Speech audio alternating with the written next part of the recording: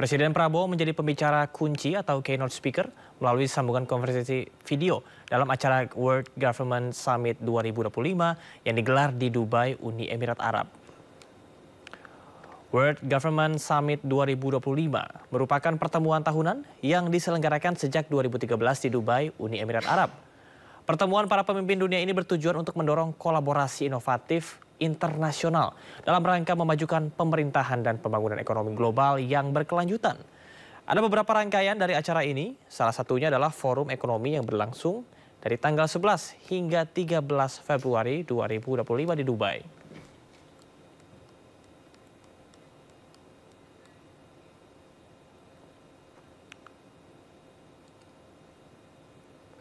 Presiden Prabowo hadir sebagai pembicara kunci atau keynote speaker melalui sambungan konferensi video dalam World Government Summit 2025. Dalam forum tersebut, Presiden Prabowo memaparkan pencapaian 100 hari kerja pemerintahan Indonesia yang berdasarkan talenta dan meritokrasi.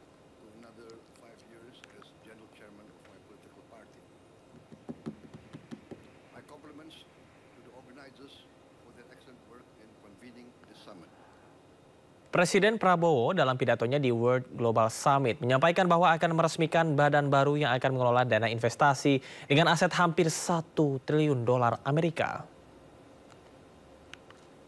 Launch Danantara Indonesia, our new sovereign wealth fund, which according to our initial evaluation exceeds $900 billion asset under management. This fund, which will be launched on the 24th of February this month, will invest our natural resources and state assets into sustainable high-impact projects across sectors such as renewable energy, advanced manufacturing, downstream industries, food production, etc. All these projects will contribute to achieving our committed target of 8% economic growth. At the same time, we remain resolute in our commitment to eradicate corruption and mismanagement. Our actions have proven that no one is above the law. Pemirsa, pengendara motor yang panik kocar-kacir saat menghindari razia petugas di Kalideres, Jakarta. Sementara seorang pemotor diamankan karena kedapatan membawa obat terlarang.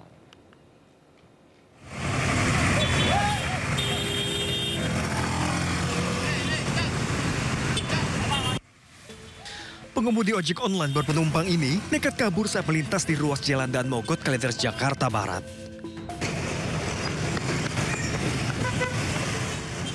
Pengendara motor lainnya pun putar balik lawan arah hingga masuk ke dalam gang.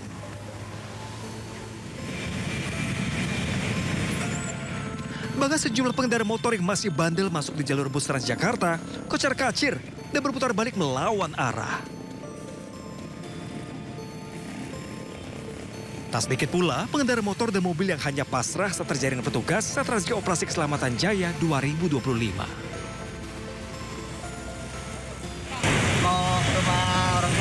Rumah orang tua. Tahu nggak udah ada Operasi Keselamatan 2025? Belum tahu, makanya belum tahu. Ya, saya terburu-buru. Maaf lah. Oke. Berarti dikasih teguran apa ditilang? Dikasih teguran tuh. Kasih teguran ya? Bapak pakai helm? Gerah. Hah? Gerah. Gerah? Terus diberhentiin polisi gimana? Ya udah berhenti. Hah? Ya udah berhenti. Mau ditilang apa ditegur? Tegur. Kasih teguran. Oke.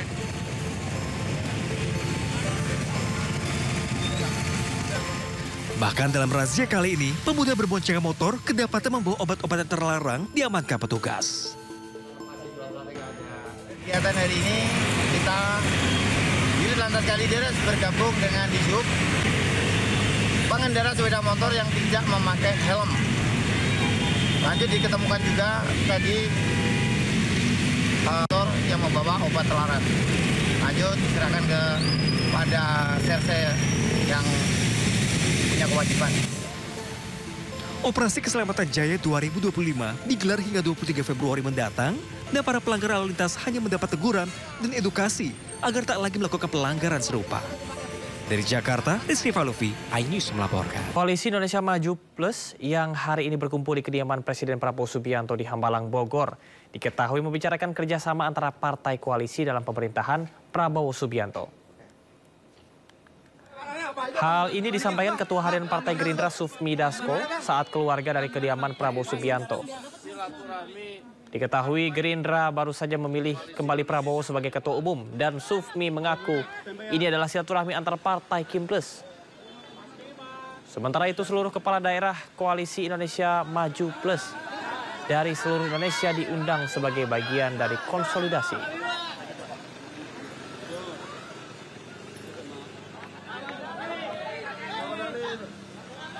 Ini silaturahmi partai Koalisi Indonesia Maju Plus.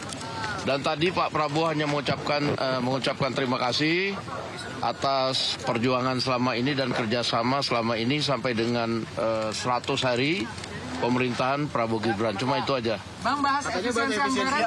Kenapa? Ya, tadi sudah dijelaskan bahwa adanya efisiensi anggaran dan kemudian manfaat efisiensi anggaran dan kemudian tadi juga sudah dijelaskan bahwa efisiensi anggaran juga tidak kemudian mengurangi hak-hak yang terutama pelayanan publik, begitu. Bang Dasko kan ada kepala daerah juga. Kepala daerah Kim Plus seluruh Indonesia juga hadir tadi. Ya, diberi arahan efisiensi juga ya Bang yang kepala daerah? Enggak ada. Kalau untuk kepala daerah tadi hanya perkenalan dan silaturahmi. Siap. Begitu. Oke.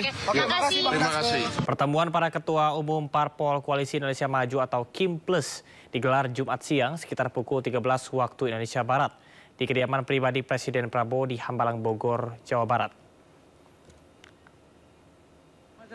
Mas, menteri apa? Menteri siapa? Ada pemandangan menarik dalam acara silaturahmi kebangsaan yang digelar Presiden Prabowo Subianto. Sejumlah tokoh yang hadir dari senior partai hingga sejumlah menteri berboncengan naik motor saat hendak memasuki kediaman Prabowo.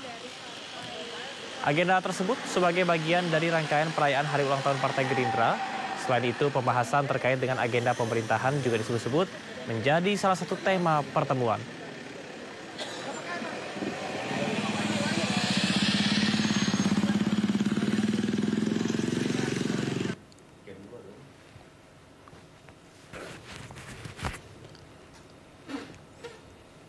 Pemirsa, lantas apa saja yang dibicarakan? Sudah bergabung bersama kami melalui sambungan Zoom pengamat politiknya Nyarwi Ahmad dan juga selamat sore Mas Nyarwi. Selamat sore. Ya, baik. Mas Nyarwi dengan Camar di studio. Menurut Anda apa yang dibicarakan oleh Koalisi Indonesia Maju? Ya, kalau dari statement resmi misalnya dari tadi Pak Dasko ya, dan juga sebelumnya kan ada juga Mensesnek ya, Mas Prasetyo Adi. Di situ dijelaskan kan itu pertemuan gitu ya, konsolidasi lah ya, partai-partai yang menjadi pendukung dan pengusung Pak Prabowo Kim Plus gitu ya.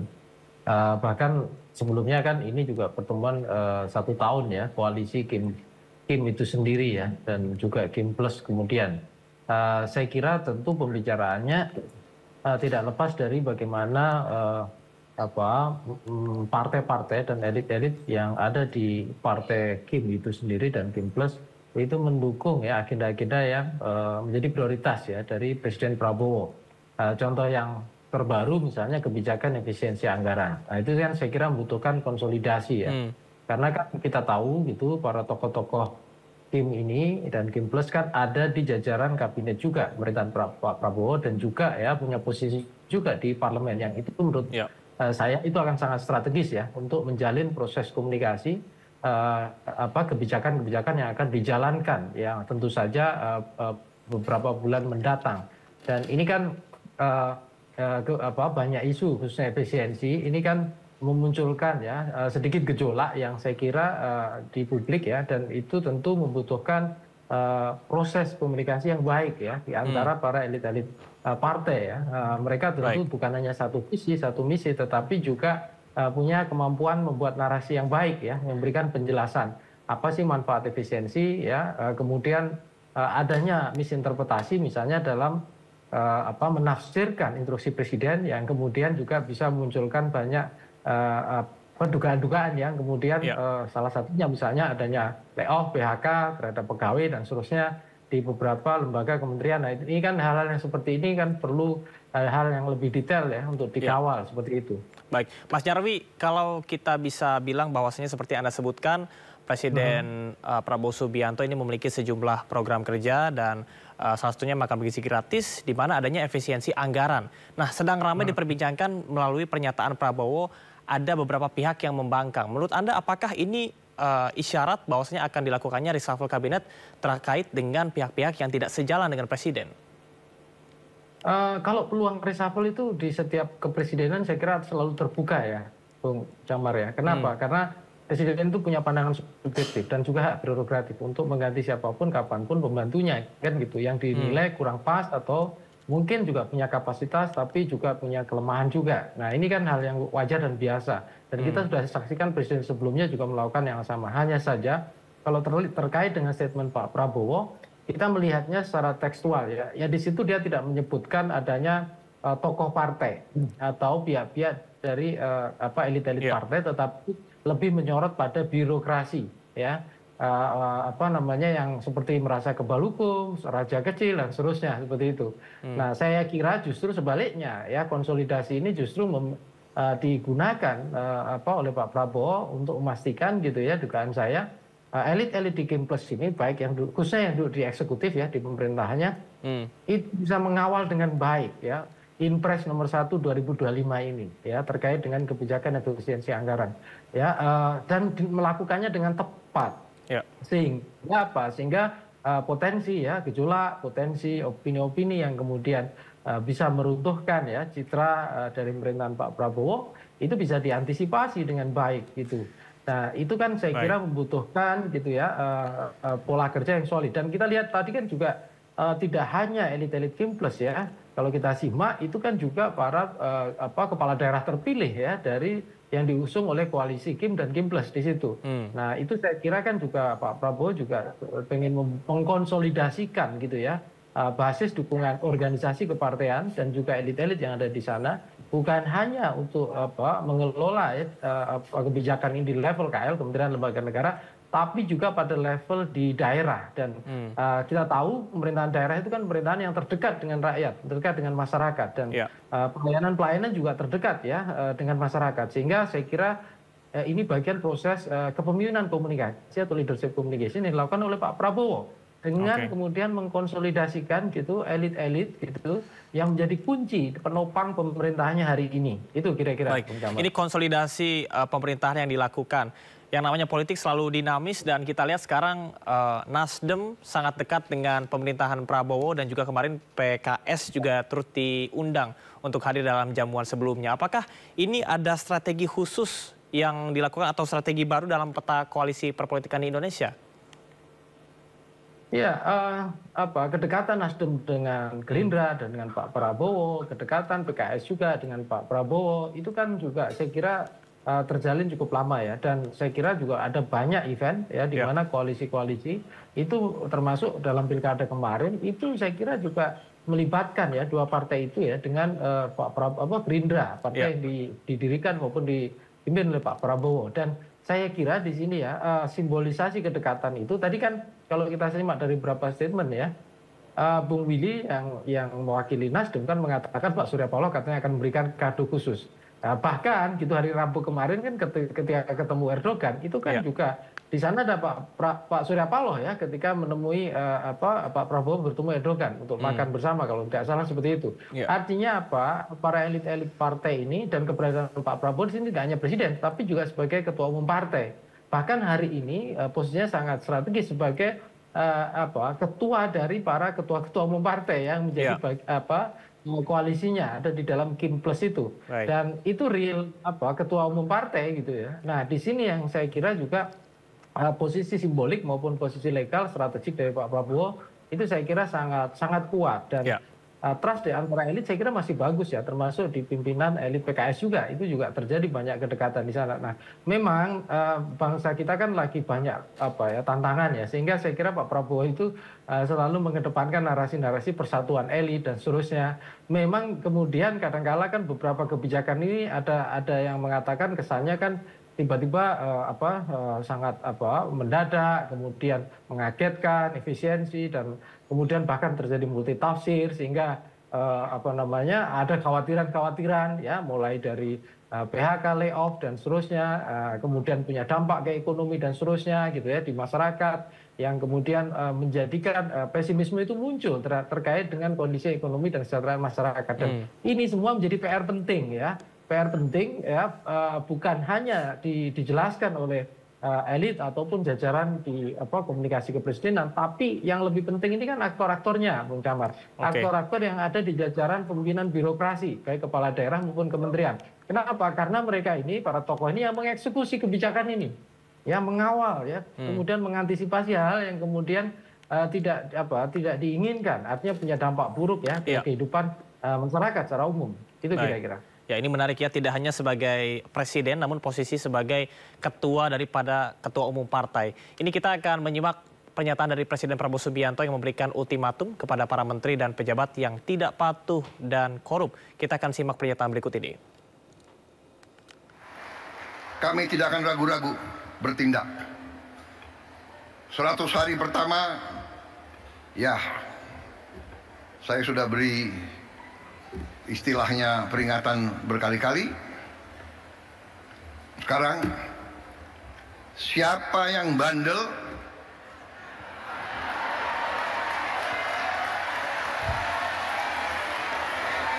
siapa yang dablek, siapa yang tidak mau ikut dengan aliran besar ini, dengan tuntutan rakyat, pemerintah yang bersih, siapa yang tidak patuh, saya akan tidak.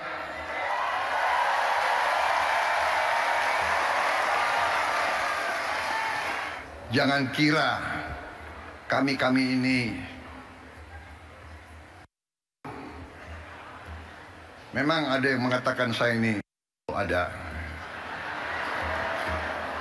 nggak apa-apa. Ada yang mengatakan saya, tapi saya nggak sebut namanya, kalian sudah tahu loh. Nggak apa-apa. Tapi kami paham dan kami mengerti. Dari saudara-saudara, ya, 100 hari pertama kami akan baik. Dalam arti, saya berharap ada kesadaran. Saya pernah menyampaikan, seluruh aparat, seluruh institusi, bersihkan dirimu.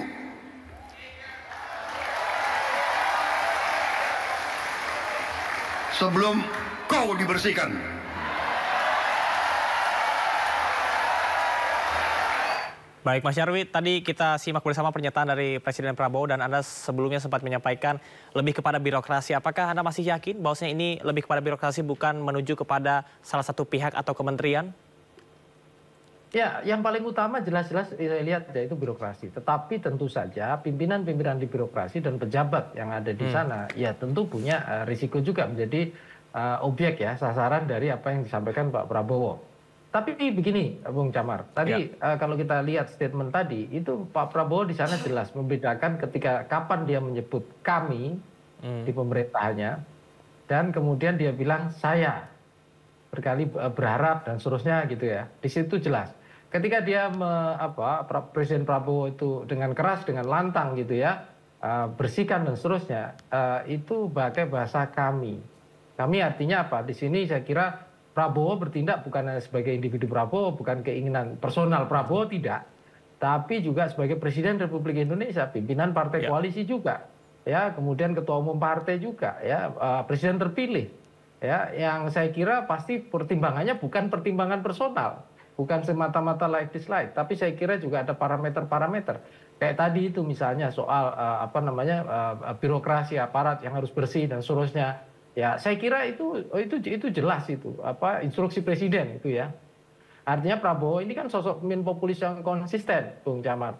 Pemimpin populis yang tidak hanya ketika dia menyampaikan bahwa apa yang dia peroleh legitimasi itu berbeda rakyat, tapi juga harus mengawal harapan rakyat, mewujudkan harapan rakyat. Salah satunya misalnya apa? Pemerintahan yang bersih, dan salah satu yang menjadi sorotan biasanya salah satunya termasuk apa? Birokrasi, termasuk aparat yang menyalahgunakan kekuasaan atau wewenangnya.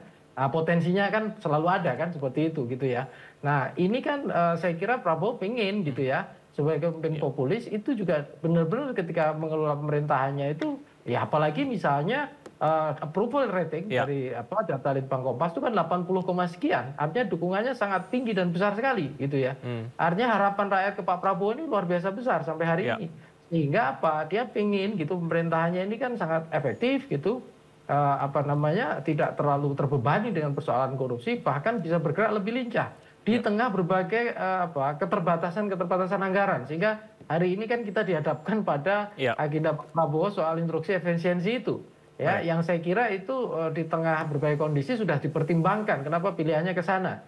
Karena mungkin bisa jadi ya itu pilihan realistis hari ini. Dan saya lihat dari beberapa pidato Pak Prabowo itu seorang dalam politik itu menganut realisme. Ya betul, Pak Prabowo ini ideolog ya, punya idealisme dan seterusnya. Tetapi politik itu kan juga melihat dinamika dan kenyataan yang harus punya solusi taktis dalam melaju ke depan. Nah, saya kira Pak Prabowo di sini termasuk mengekspresikan gagasannya secara belak-belakan atau terbuka gitu ya.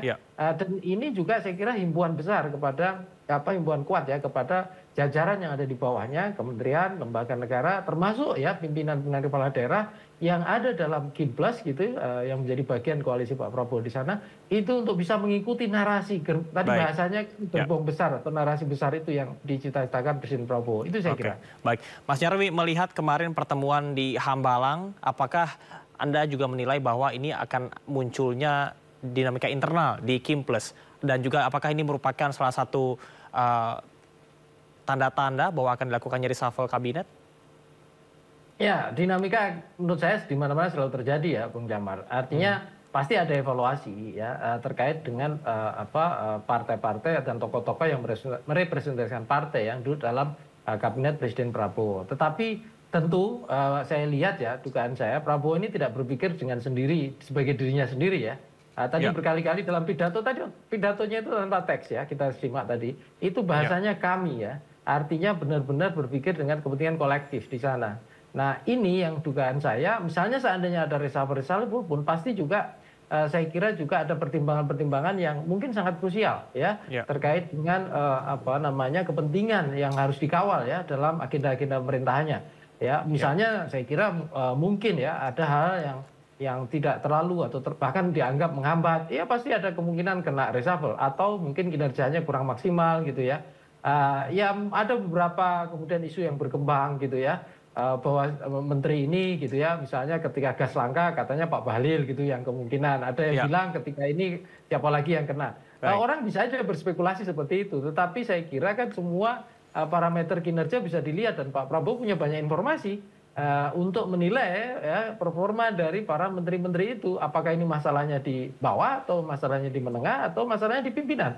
Semua kan bisa diidentifikasi ya problem-problem yang terjadi dalam kinerja gitu kementerian di masing-masing kementerian maupun lembaga negara. Saya kira itu. Baik, dari yang Anda sampaikan tadi yang paling menarik adalah berkaitan dengan dinamika selalu terjadi. Kita akan lihat dinamika apa yang akan terjadi di Kinpres ke depannya setelah pertemuan kemarin. Terima kasih Mas Nyarwi Ahmad, pengamat politik, sudah bergabung di Sido Sore bersama kami. Selamat beraktivitas kembali. Salam sehat. Sehat, salam sehat. Selamat. Sementara itu, pemirsa, Presiden kelima Republik Indonesia sekaligus Ketua Umum Partai Demokrasi Indonesia Perjuangan PDIP Megawati Soekarno Putri berziarah ke makam Rasulullah Muhammad SAW di Madinah untuk menyempurnakan ibadah umrohnya. Megawati memanjatkan doa untuk bangsa Indonesia dan keluarganya di Raudhah.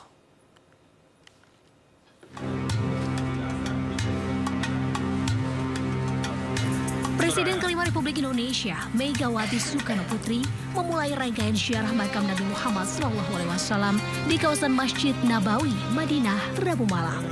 Dalam kesempatan ini, Megawati dipandu Syekh Mustafa Muhammad Al-Arabi, protokol kerajaan untuk Masjid Nabawi, serta penjaga makam Nabi Muhammad SAW. Memasuki Masjid Nabawi, Putri Sang Proklamator pun melaksanakan sholat sunnah Tahiyatul Masjid, sholat sunnah taubat, sholat sunnah hajat untuk menyampaikan salam kepada Rasulullah SAW. Megawati kemudian memanjatkan doa pribadi didampingi kedua anaknya, Ketua DPR RI Puan Maharani dan Muhammad Rizky Pratama, beserta cucu dan sejumlah delegasi Indonesia. Ziarah makam Nabi dan Raudhah Nabi Muhammad SAW merupakan penyempurnaan ibadah umroh Megawati dan keluarga. Raudah merupakan tempat yang sangat istimewa di Masjid Nabawi ini. Tidak hanya menjadi tempat ibadah, melainkan telah menjadi simbol untuk mendapatkan ketenangan, mendekatkan diri kepada Allah, dan meraih surga. Tak heran jika banyak jamaah haji maupun umroh berlomba-lomba dan selalu merindukan untuk datang ke Taman Surga ini. Dari Madinah, Arab Saudi, Gede Satria, iNews melaporkan. Terima kasih Anda masih di Sindo Sore, buntut ricuh di persidangan. Mahkamah Agung resmi membekukan berita acara sumpah advokat Rasman Arif Nasution dan Firdaus Oiwobo. Keputusan ini otomatis membuat keduanya tidak lagi dapat menjalankan praktik sebagai pengacara di pengadilan.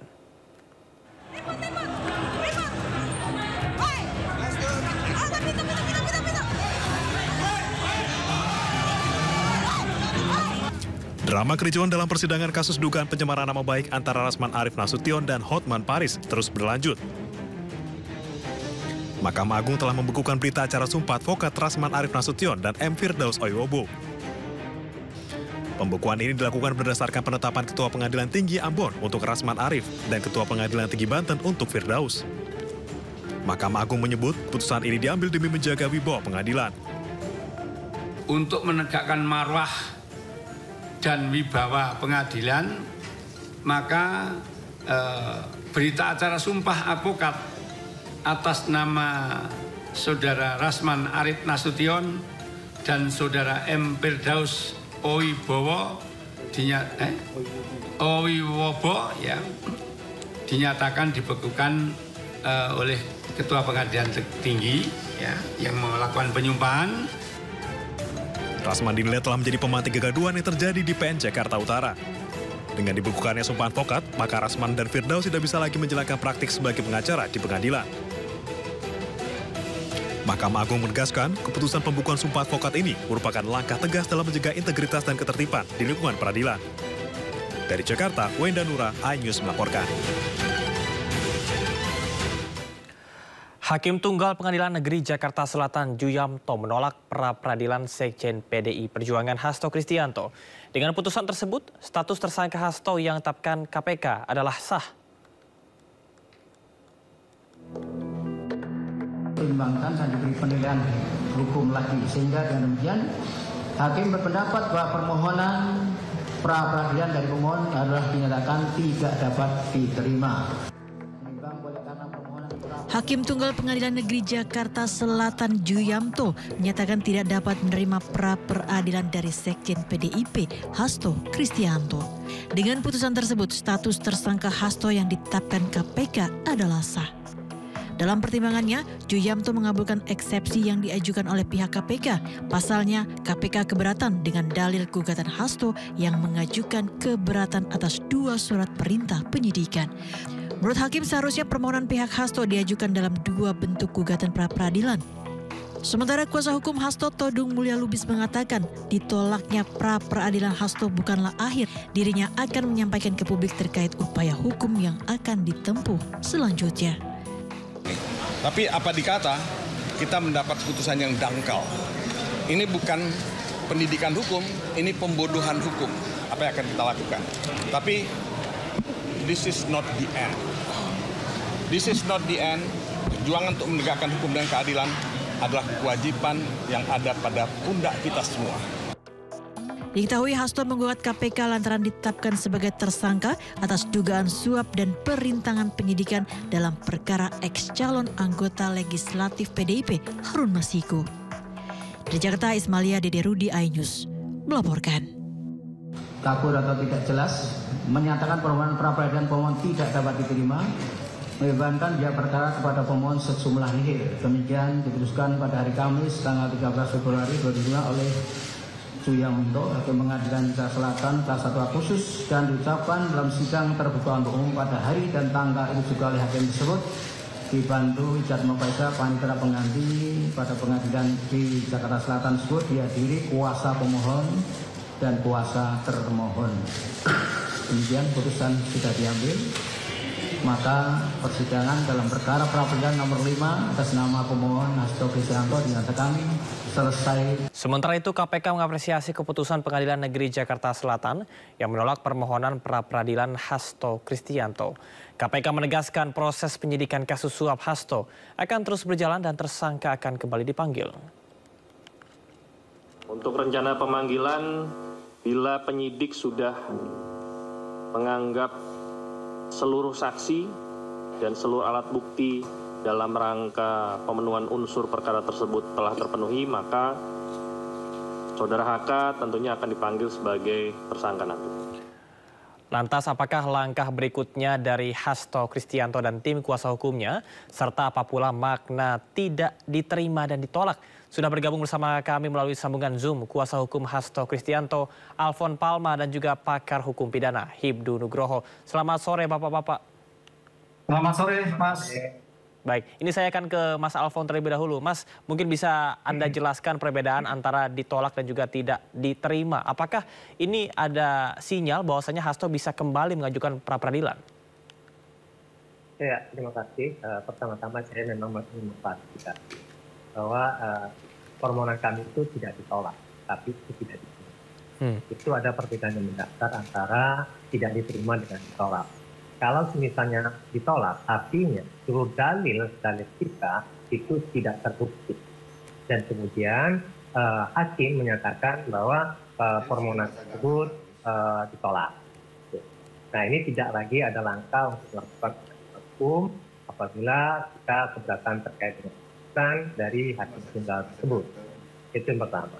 Kemudian yang kedua, apabila gugatan permohonan itu tidak diterima, artinya ada hal yang dinilai sama hakim itu tidak sesuai dan harus diulang lagi apabila salah satu pihak ingin melakukan pengulangan.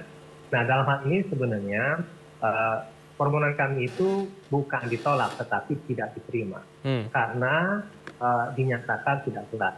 Kenapa dinyatakan tidak jelas? Karena kami itu menggabungkan permohonan atau pembatalan permohonan dari dua sprindik 152 dan 153. Kenapa kami menggabungkan tersebut? Karena ini merupakan respon dari penetapan tersangka yang ada dalam dua sprindik. Sebenarnya itu bisa dilakukan dengan penetap satu surat tapi dijuntokan. Nah, tapi kan ini tidak. Ya, itu kira. Oke, baik. Saya akan ke Prof. Hibnu. Apakah Anda setuju perbedaan pra-peradilan tidak diterima dengan ditolak seperti yang disampaikan oleh Mas Alfon tadi? Ya, itu doktrin hukum seperti sampaikan Mas Alfon betul. Jadi kalau tidak diterima itu belum memenuhi syarat formil. Artinya pemeriksaan pra-peradilan kemarin hakim belum bisa memeriksa bukti yang sprindik A yang mana, bukti yang sprindik B yang mana. Makanya ditolak. Kan gitu kan. Jadi hakim belum memeriksa muatan isi yang dimohonkan. Iya. Kemarin kalau kita dengarkan bahwa hakim kesulitan untuk menilai bukti yang terkait suap yang mana, bukti yang terkait dengan obstruction of justice yang mana. Ini yang terjadi. Tapi kalau ditolak itu sudah masuk pada proses penilaian.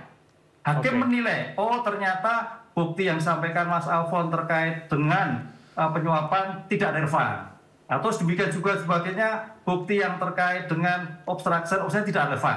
Sehingga permohonan ditolak. Nah itu baru terminologi masuk kualifikasi. Tapi kemarin belum. Nah ini saya kira suatu yang menarik celah bagi Mas Alfon untuk mengevaluasi kembali. Langkah apa yang akan dilakukan. Kan gitu kan. Karena belum masuk pokok perkara. Ibaratnya seperti itu. Dan dalam hal pra-peradilan itu kalau kita lihat dalam pasal 82 huruf D itu tidak ada nepis. Berapapun bisa sepanjang belum masuk penilaian pembuktian di persidangan. Oke, baik. Menarik ini seperti yang disampaikan Anda tadi. Saya akan langsung lemparkan ke Mas Alfon. Mas Alfon, apakah Anda sudah melakukan evaluasi ataupun juga langkah-langkah strategis yang baru untuk nantinya mengajukan kembali pra-peradilan termasuk dengan dua sprindik yang dianggap tidak lazim ataupun juga tidak relevan? Ya, baik, terima kasih. Tadi sebenarnya sudah disampaikan juga sama terkait dengan apakah memang saat itu ada kesulitan bagi hakim untuk menilai bukti terkait dengan obstruction justice dan kemudian terkait dengan suap. Nah, sebenarnya kami Mas Alfon, menilai, mohon izin, apakah Anda bisa mendekatkan mikrofon Anda supaya lebih terdengar jelas? Ya. Gimana? Atau suaranya bisa Anda lebih keraskan lagi supaya terdengar? Oke, jadi begini. Baik. Sebenarnya tadi sudah dijelaskan oleh Prof. terkait dengan kebingungan hakim. Nah, kebingungan hakim itu sendiri menurut saya itu sebenarnya dapat diragukan. Karena kan begini, pertama-tama KPK menetapkan dari klien kami itu dengan 2 sprindik yang berbeda, tetapi dengan bukti yang sama. Gitu. Nah, jadi dari situ kita bisa melihat apakah memang penetapan tersangka tersebut itu memang mengkualifikasikan adanya 2 alat bukti yang pertama relevan, kemudian dia valid, kemudian itu sesuai dengan peraturan undang-undang ada. Nah, di situ makanya kami mendasari bahwa ini digabungkan. Nah, kalau misalnya kemarin dikatakan bahwa adanya kebingungan dari hakim, sebenarnya juga itu juga merepresentasikan kebingungan kami juga gitu kan. Hasilnya bingung gitu kan, bagaimana juga harus sebagai kuasa hukum itu untuk merespon terhadap pembatalan dari sprindik tersebut gitu. Nah, jadi oleh sebab itu makanya kita ingin melihat bahwa karena ini belum belum ditolak, ini tidak diterima, maksudnya ada langkah-langkah kemudian gitu. Tapi ada pembelajaran yang menarik sebenarnya gitu kan, terkait dengan apakah memang untuk penggabungan dari pembatalan 2 sprindik tersebut itu ada aturannya atau tidak sebenarnya. Kalau misalnya tidak ada aturan, artinya itu kan sebenarnya tidak ada juga yang melarang, begitu. Yang pertama. Dan kemudian kalau misalnya kita ingin mengatakan bahwa ingin ada aturan, sebenarnya azas peradilan cepat, singkat, dan sederhana itu bisa dipergunakan untuk bisa melegitimasi bahwa upaya kami ini sebenarnya ada dasar hukum loh. Kalaupun tidak ada dasar hukum, ya artinya bagi hakim itu kan diberikan ruang untuk menemukan hukum agar nanti memberikan kaidah baru di dalam khasana pra-peradilan, walaupun dalam konteks peradilan formal ini ada kekakuan-kekakuan sendiri yang memang harus dihormati. Itu kira-kira. Oke, baik. Mas Alfon, saya akan tanyakan langsung ke Prof. Hipnu. Menurut Anda, apakah ada aturan tersendiri yang melarang penggabungan 2 sprindik atau seperti yang tadi disampaikan oleh Mas Alfon? Ya, dalam perkembangan yang saya pelajari tidak ada. Dalam penggabungan sprindik. Apakah itu artinya boleh dilakukan sebetulnya? Boleh, boleh. Cuma pertanyaannya kalau kita lihat dalam pertimbangan kemarin kita dengar, hakim kesulitan, kan gitu kan? Hakim kesulitan, bukti yang terhadap perintangan yang mana, bukti yang terhadap suap yang mana. Artinya kesulitan dalam mendiferensiasikan 2 aspek yang berbeda.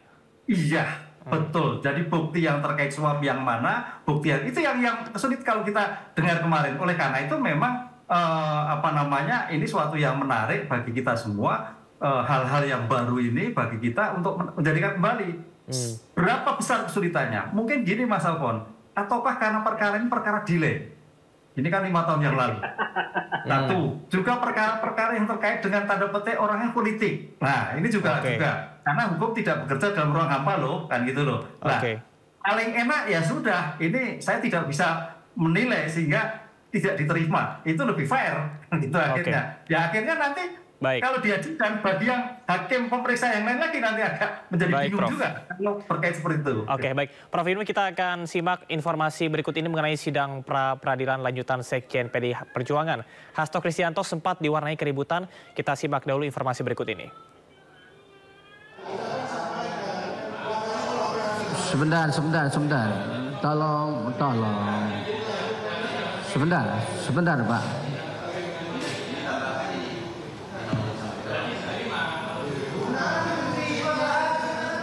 Tolong ya perdebatannya dengan pelan-pelan Pak, perdebatannya dengan bahasa yang santai saja, nggak usah pakai teriak-teriak dari Pak. Sidang pra-peradilan Hasto Kristianto yang digelar di Pengadilan Negeri Jakarta Selatan pada Selasa 11 Februari 2025 menghadirkan 4 ahli pidana dari pihak KPK. Sidang sempat memanas saat tim kuasa hukum Sekjen PDI Perjuangan Hasto Kristianto dan tim Biro Hukum KPK terlibat adu mulut. Awalnya, hakim meminta tim Biro Hukum KPK mengajukan bukti tambahan. Namun, pihak KPK justru mengajukan perbaikan atas daftar barang bukti yang telah disampaikan dalam sidang sebelumnya. Keberatan dengan pihak KPK, kuasa hukum Hasto Roni Talapesi pun maju ke meja majelis hakim untuk melihat dokumen yang diserahkan KPK. Hakim kemudian menegur pihak Hasto dan KPK dan meminta keduanya untuk berbicara sopan dan tidak berteriak. Sebenarnya simpel saja kok Pak. Saudara kan ingin memperlihatkan aslinya di persidangan, kan begitu.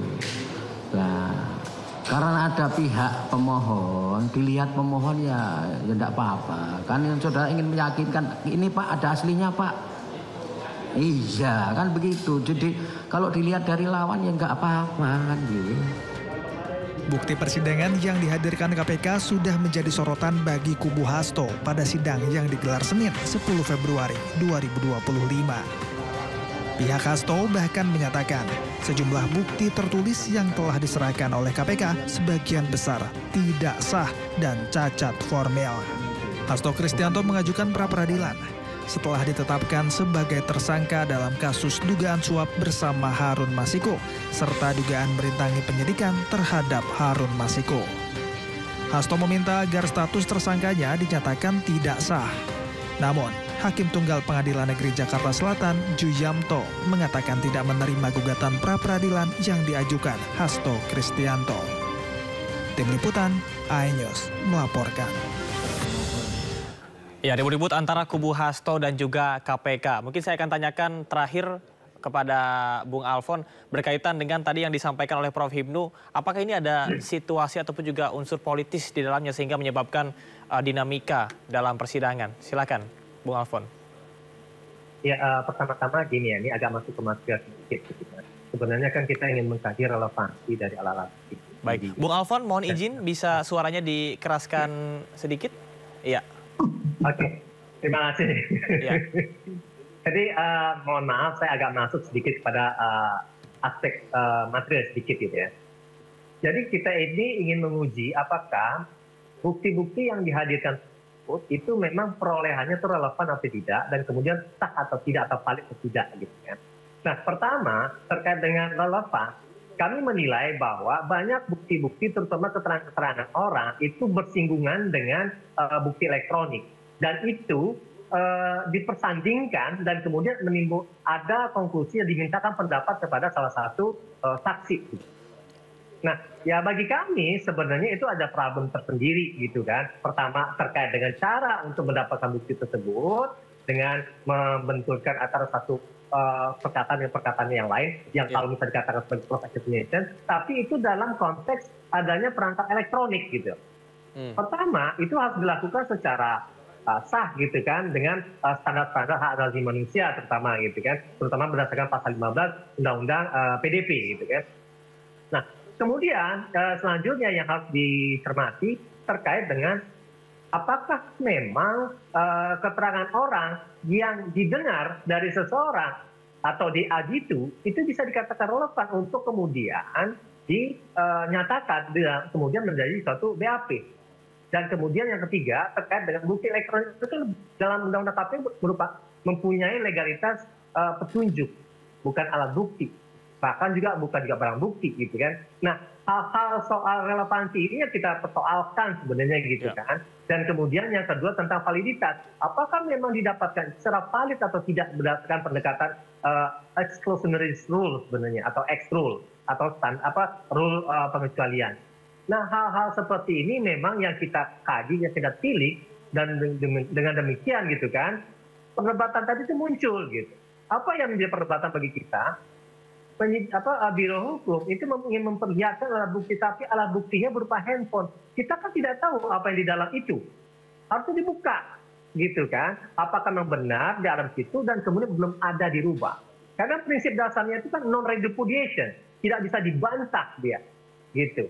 Dan kemudian dia harus kredibel, dan kemudian di situ dia harus otentik.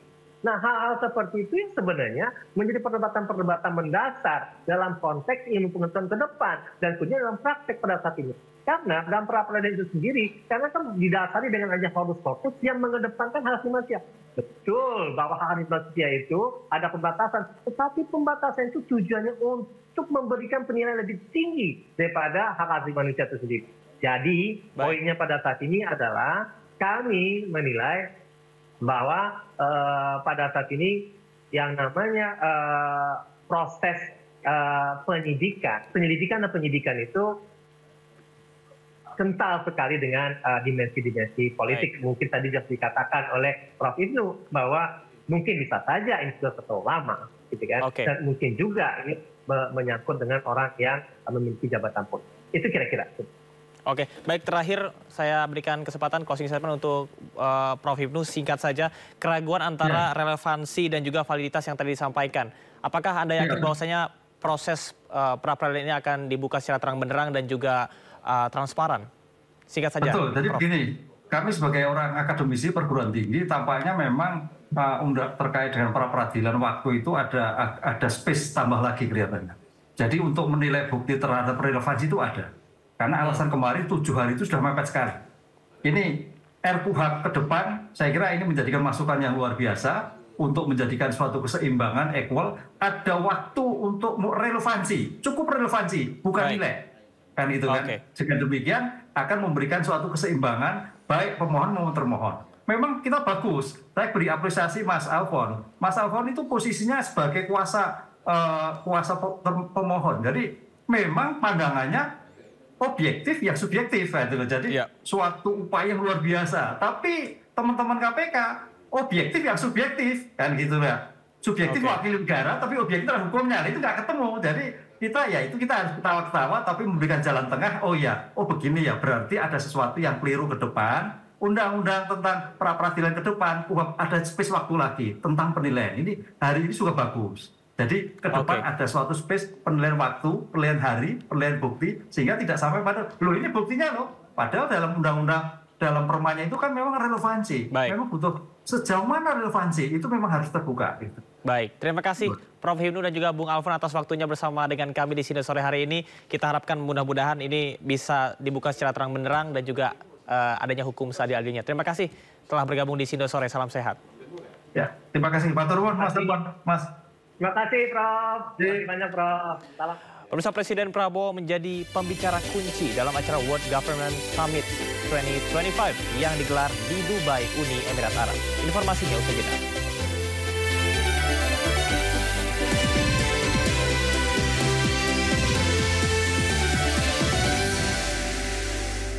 Pemirsa, terima kasih. Anda masih di Sindo Sore. Kepala Desa Kohod Arsin mengakui kehebohan yang terjadi dalam kasus pagar laut semata karena kurangnya pengetahuan dan kehati-hatiannya.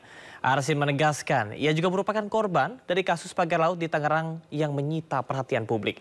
Sementara kuasa hukum Arsin menyebut kliennya siap menjadi proses hukum yang sedang berlangsung. Oleh karenanya pada kesempatan ini dengan kerendahan hati saya ingin menyampaikan permohonan maaf saya yang terdalam khusus kepada warga Desa Kohod dan serta seluruh warga negara Indonesia yang ikut serta mengamati penginvestasi dari kegaduhan yang ada. Dalam kesempatan ini ingin saya sampaikan bahwa saya juga adalah korban dari perbuatan yang dilakukan oleh pihak lain.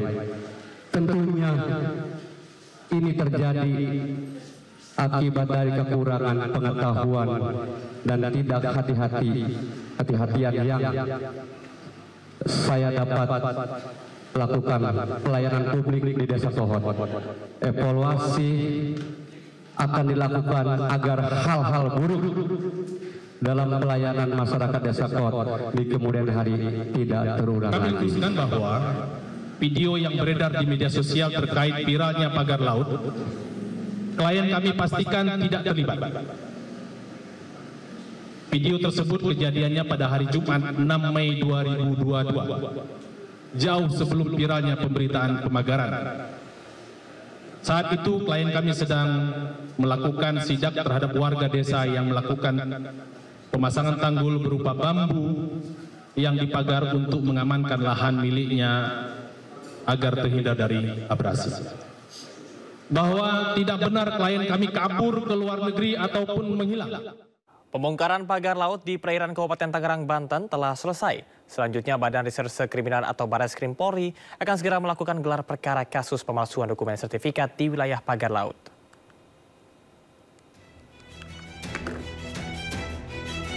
Polemik pagar laut Tangerang memasuki babak baru.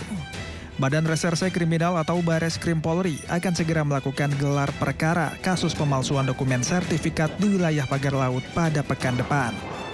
Gelar perkara dilakukan untuk menentukan tersangka pemalsuan dokumen sertifikat hak guna bangunan dan sertifikat hak milik di wilayah pagar laut. Hingga saat ini, penyidik Barreskrim Polri telah memeriksa 44 saksi terkait kasus pemalsuan surat pagar laut di Tangerang, Banten. Salah satu saksi yang diperiksa adalah Kepala Desa Kehot, Arsin bin Asip. Tim Barreskrim Polri juga menggeledah rumah Arsin di Kecamatan Paku Haji, Kabupaten Tangerang, Banten. Sebagai saksi, sesuai haknya, kita akan tetap mengedepankan praduga tak bersalah. Kita sudah memeriksa kepala desa. Selanjutnya, nanti kalau alat bukti ataupun pemeriksaan sudah selesai, kami akan segera menggelarkan apakah ini patut ditingkatkan sebagai tersangka atau keterlibatan lainnya untuk dikembangkan dalam proses penyidikan lebih lanjut. Sementara itu, Kamis 13 Februari 2025, TNI Angkatan Laut bersama nelayan telah menyelesaikan pembongkaran pagar laut di perairan Kabupaten Tangerang. Total 30,16 km pagar laut berhasil dibongkar seluruhnya dalam waktu 11 hari. Lebih dari target yaitu 10 hari. Hal ini tak lepas dari kendala cuaca buruk seperti hujan lebat, ombak tinggi, dan kedangkalan laut. Merupakan hari terakhir atau pengakhiran dari pembongkaran pagar laut yang ada di Kabupaten Tangerang, yang khususnya di tiga kecamatan tadi ya. Nah, ini sudah mulai dari tanggal 22 Januari sampai dengan hari ini tanggal 13. Kalau dihitung dengan hari kerja, ada 11 hari kerja karena Sabtu Minggu libur. Kita melaksanakan pembongkaran. Selama proses pembongkaran, ada 7 prajurit yang terluka. TNI Angkatan Laut akan memperketat pengawasan di wilayah bekas pagar laut agar kejadian serupa tidak terulang. Tim Liputan, iNews melaporkan. Presiden Prabowo menjadi pembicara kunci atau keynote speaker melalui sambungan konferensi video dalam acara World Government Summit 2025 yang digelar di Dubai, Uni Emirat Arab. World Government Summit 2025 merupakan pertemuan tahunan yang diselenggarakan sejak 2013 di Dubai, Uni Emirat Arab. Pertemuan para pemimpin dunia ini bertujuan untuk mendorong kolaborasi inovatif internasional dalam rangka memajukan pemerintahan dan pembangunan ekonomi global yang berkelanjutan. Ada beberapa rangkaian dari acara ini, salah satunya adalah Forum Ekonomi yang berlangsung dari tanggal 11 hingga 13 Februari 2025 di Dubai.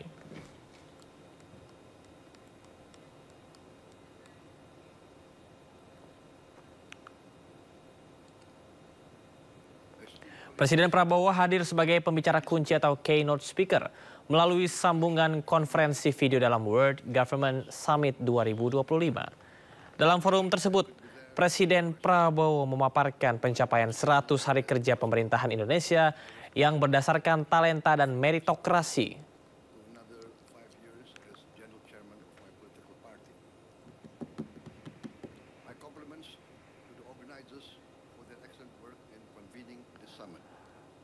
Presiden Prabowo dalam pidatonya di World Global Summit menyampaikan bahwa akan meresmikan badan baru yang akan mengelola dana investasi dengan aset hampir $1 triliun Amerika. Launch Danantara Indonesia, our new sovereign wealth fund, which according to our initial evaluation exceeds $900 billion asset under management. This fund, which will be launched on the 24th of February this month, will invest our natural resources and state assets into sustainable high-impact projects across sectors such as renewable energy, advanced manufacturing, downstream industries, food production, etc. All these projects will contribute to achieving our committed target of 8% economic growth. At the same time, we remain resolute in our commitment to eradicate corruption and mismanagement. Our actions have proven that no one is above the law.